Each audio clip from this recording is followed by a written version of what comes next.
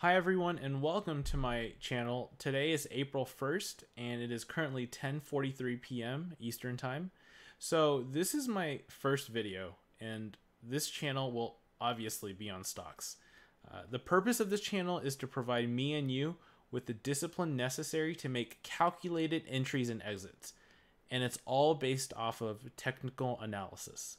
So as long as we win more than we lose, then we will be profitable, and I'm here to make all of us money, but at the same time, all of us have discipline. Okay, so I currently have $2,267 in my account, but with margins, I think it pulls it a little over $5,000. So what we're going to do is that each week, I will post at least one video on the trades that I make and the trends that I see. Hopefully, if this is successful, I will post more videos throughout the week, and let's just try to grow our accounts and make money. It's as simple as that. One thing to keep in mind is I've been part of Ricky Gutierrez's Learn, Plan, Profit group, and he has taught a lot, and I'm using a lot of his techniques in terms of whether it's finding the stocks, making those entries, making those exits. So let's start here. So the first thing I'd like to start with on these videos is SPY, which is the S&P 500 ETF. You can see that, there we go, SPY on the 180 chart, 80-day chart has made two major corrections, right? One major correction was 1.5 months ago over here, and then we had another major correction just a couple of days ago, last week, and it double bottomed out. And you can see that the 1.5 months ago also double bottomed out. So what we're seeing here is it's actually making higher lows. That's a good thing, all right? But it's also making lower highs. So at some point, this trend will get squeezed in, and it's either going to break up or they're going to come down. But in the more near term, what I'm seeing here is you can see that the past week, it has been making this lower high, right? But then on Thursday, what happened? You guys, if you guys saw the stock market on Thursday, the last 4 hours, it broke above that resistance point, but it came back down, and then so it kind of got rejected by the short-term resistance line. So here's what I saw. So let's go to the 1-minute chart on SPY. This is Thursday, and I saw this bull flag pattern, right? It's the bull flag where it's the pole and the bull flag, it's kind of coming down. So I knew that if it kind of broke above this 236.51, that we're going to see an uptrend. And so the two stocks that I'm currently invested in are NVDA and Ford, and these are blue chip stocks, right? And the reason I invested in them is because, well, it broke this trend on SPY, so I'm expecting a trend upwards. Now, what I didn't expect was that it was going to break straight down and kind of do a little consolidation and correction before the day ended. So let's take a look at my position on NVIDIA, which is the first stock that I'm going to talk about. NVIDIA was on this uptrend. Now let's take a look at NVIDIA 180 days, and you guys can see that it follows SPY very well. It's making lower highs and has a very solid resistance at 250. I like these stocks where it has predictable patterns, right? Doesn't mean that's going to happen every time, but this is what I see currently. So what I'm doing right now is, so I'm going to do this, right? I'm going to show you what happened here. So it was actually making higher lows at this point, and when it broke under this mark right here at 234.05, you guys could have possibly shorted NVIDIA all the way down. Did you know that the low was going to be right here? No, but you could have shorted NVIDIA down to this support point at least, right? This support point at around 221.82. I didn't do that because I was pretty hesitant at the time, but this might be the new resistance point. So what I'm looking at right here is, here's NVIDIA on Thursday. So it kind of pulled up and then came back down. So my sell order is around at 236.38. My stop loss order is at 227.47. So why these numbers, right? Well, like I said, this white line right here might act as a resistance. So I'm just going to take my profit, which is around $6 at this point, And then if on Monday it breaks below this 4-hour candle right here, my stop loss is set 10 cents under, so at 227.50 cents. So $227.50. You guys can see that my entry price is at $230.77. So let's take a look at 1 minute and why did I enter there? So I actually entered a little late. You guys can see this pattern, right? It was following SPY, this bull flag pattern, and boom, it broke above, right? So you could have entered, if you were smart, at 229.98 or around 230. But I wanted to just have a little bit more confirmation that we are indeed going uptrend and it was not going to be like a false surge. So I bought in at 230.70 up here. Again, like I didn't know that there was going to be a minor correction at the end, but that might just be people selling off at the end of the week. So NVDA is my first position. Take a look at my second position, which is Ford. Now, why am I investing in Ford? Well, let's take a look at Ford 180 days and that we can see this huge drop, right? Huge drop because of earnings and news. And then what are we seeing now? We saw some great consolidation, a great support at around $10, and lately it's been trying to trend up. You can see it's making higher lows and it's making higher highs. And we're on the uptrend again once again. So I put my buy order at $11.09. Now, this is not the most optimal buy situation, which is why I have my stop loss set around 1088. So again, why 1088, right? So what we're looking at is the 20 EMA line. The 20 EMA line, if these candles start trying to trend below the 20 EMA line, my stop loss will kick in and then boom, it'll get released, right? But if Ford goes, and if the markets are good, right, Ford might go above this point, $11.15 tomorrow, and the next resistance would possibly be right here, right, 11.43, which is the previous high. So what's the potential for profit? Well, the potential for profit is 2.82%. The potential for loss is around also 2%, which is why I don't like my entry point. I'll just be honest. The ideal risk to profit ratio or risk to reward ratio is 0.5 or less, which means you should get a 1 for 2, right? For 1 part risk, you should get 2 part reward. So I don't really like my position, but you know, it happens and I wasn't that disciplined, but next time, hopefully we'll be disciplined together. So Ford is my other entry. So Ricky likes to take a look at ETFs, and I like ETFs as well. Why? Because ETFs are pretty predictable, generally speaking. Any stock in ETF and futures can break trend, but we rely on, or at least I rely on, technical analysis to do my trades. So the first I want to talk about is natural gas. So let's take a look at natural gas. So you guys can see that natural gas has been going down, but lately it's been making this huge low, right? But what happened? It popped above this resistance point. So it was making lower lows and then boom, popped above. So you could have entered a position on the ETF called UGAZ, and UGAZ correlates with natural gas futures. You could have entered right here and then rode it up. So the resistance point I see for natural gas is around 2.8.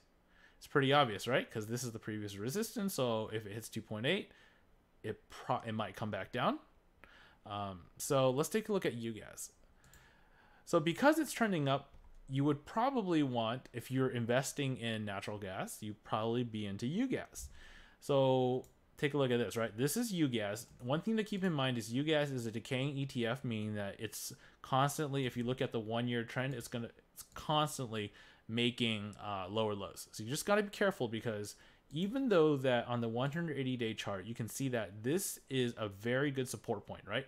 At around 52.49, it could easily break under that, and then you could lose a lot of money if you didn't have a stop loss. So you just got to be careful. But what we see currently on the 180-day chart is that it is trying to break above this resistance point, and we're right at the resistance point 58.28. So Monday, tomorrow, or the next few days, if we can see that it kind of holds above this resistance and this resistance becomes the new support, you could buy in at this point, right? If you buy in at $59, you can write it up for 6%, 7% profit, and you set your stop loss at around 2.5%. So why 2.5%? Well, you can see that these two candles make lows right here. So we set like this like 10 cents lower than those two candles. So your stop loss would be probably around 57.50, which would be a break of trend. So this is one position that you could take. Am I going to take this? No, one, because I'm already invested in NVIDIA and Ford. But two, I don't see the potential all that much for UGAZ, especially that I feel like UGAZ might, natural gas might come back down soon because this is a very, solid resistance area. If it breaks above that resistance area, great. Then I would look into buying UGAZ again.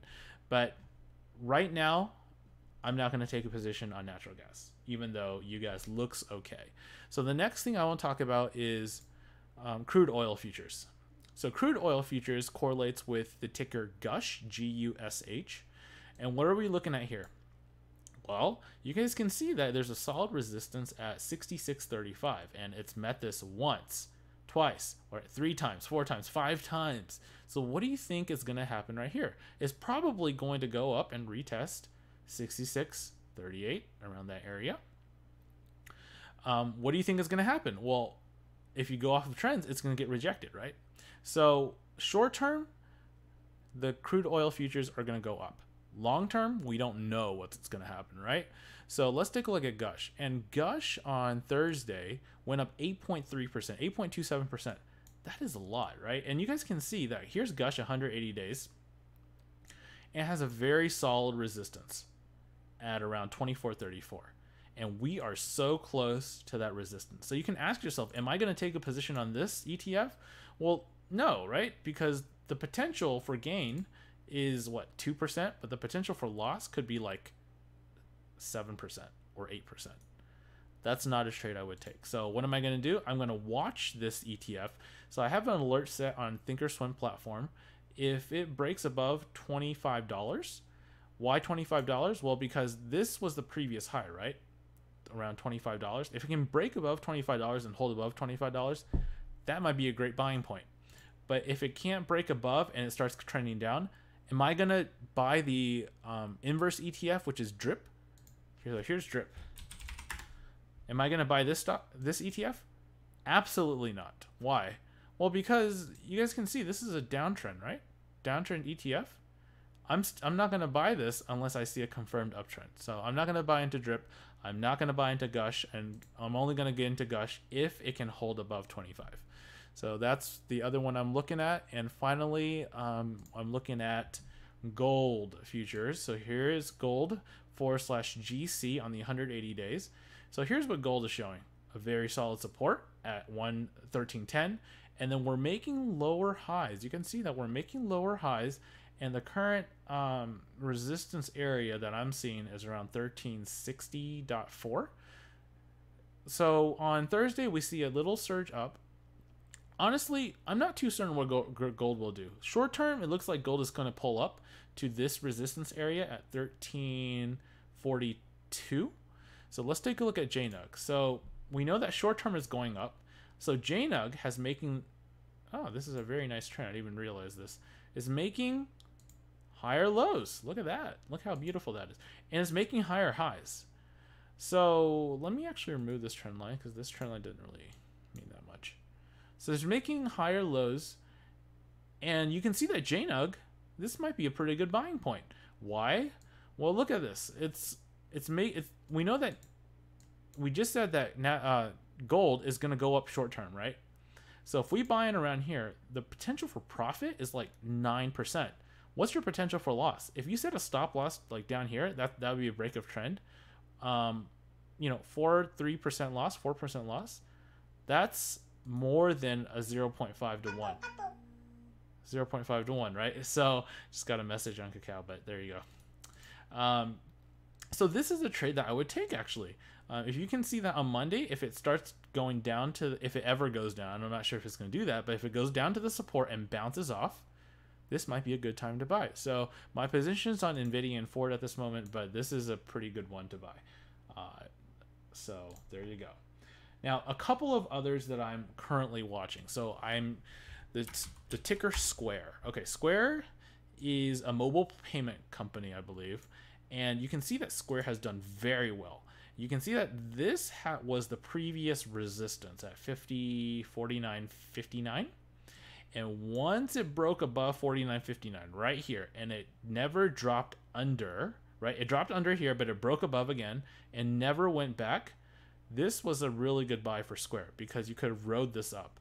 Now, a couple things to keep in mind. Would you buy it here? Probably not, because look, 20 and the 50 EMA are kind of really far from each other, so it's kind of already overextended. So it would have been a risky buy, but you could have bought it at this point when it kind of corrected and bounced back up. So you could have bought it here, and then look, it could bounce, go back up, bounce, go back up. But then this at the 180-day chart, when it came down, you saw two red bars on the 4-hour chart going under the EMA line. This is the time to sell, because that is the signal of a downtrend. So what are we looking at now? Square has been going down crazily. Actually, as a result of SPY, it has been correcting a ton because of its massive uptrend movement. So what I'm looking at is I have so it's going up on Thursday, and I have an alert set around 50.50. Why 50.50? Well, once it breaks above this blue 20 EMA line, and if it can keep above the 20 EMA line, then I'm looking for an uptrend, and I'm looking for Square to reverse. But however, if I see it go under this 46.37, and if it keeps going under, this is a possible short opportunity.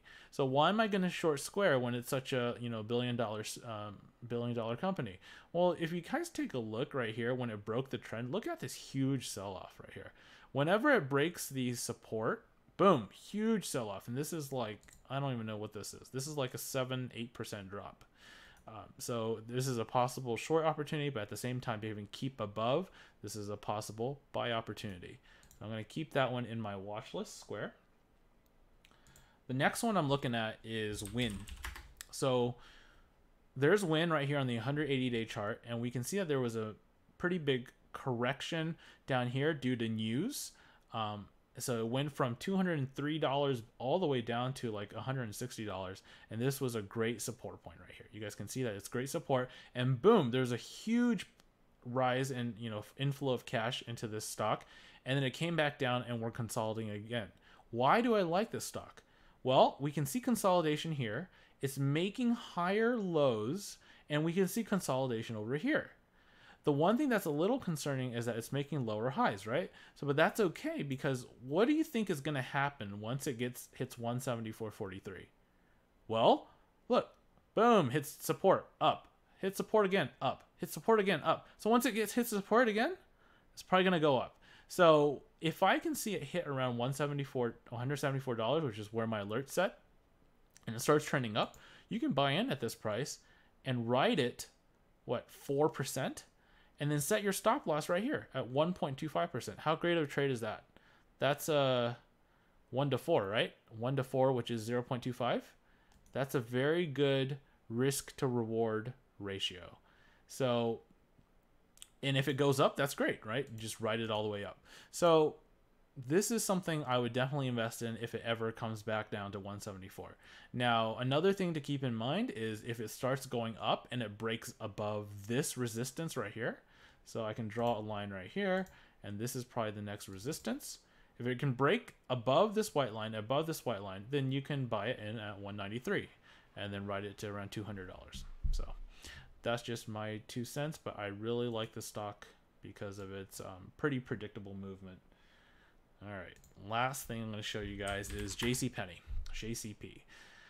So JCP, you guys can know that, well, Amazon has been crushing it, even though it kind of corrected the past few days, but it's been crushing it, and JCPenney has been influenced by kind of these markets. So what I'm seeing for JCPenney on the 180-day chart is, in the past, it was making higher lows, ironically, right? Ironically, higher lows right here. And when it's broke the trend, boom, look at this huge selling, right? So you could have sold right here, short sold right here, and then just rode the trend down. I didn't do that, but you could have done that if you saw that trending. Great for you if you actually did that. But what am I looking at now? Recently, I'm seeing consolidation at this great support point. $2.85. Why 285? This was the previous support right here. And you guys can see that consolidation is happening and actually is trying to pull over the 20 EMA line. So my alert is set so that around $3.20, if I can see it go up, bounce off the EMA line, 20 EMA line, go up, bounce off the 20 EMA line, I'm going to buy it around the 20 EMA line because that might be a confirmed uptrend, right? And you set your stop loss below the 20 EMA line. Now, however, if you take a look at JCPenney, if it starts breaking, if it goes back to the support at 285 and starts going down to $2.80, that is a short opportunity because look how far JCPenney can fall. It can fall back to 235, and this is a lot of potential for profit. So, I mean, it's probably gonna this is like what 15%, but even conservatively, let's just say 7%, right? So there's a lot to fall for JCPenney. So this is my analysis for this week. I hope you guys enjoyed it. I tried to make this short. And please, if you guys enjoyed it, give me feedback. Give me a like if you liked it. If you didn't like it, then try to like it in the future. I'm not sure. But I'm hoping to make more of these videos so that we all grow our accounts, especially when we're at the early stage of investing, so that we're not making too many mistakes. So thank you for watching, and I will see you guys next week.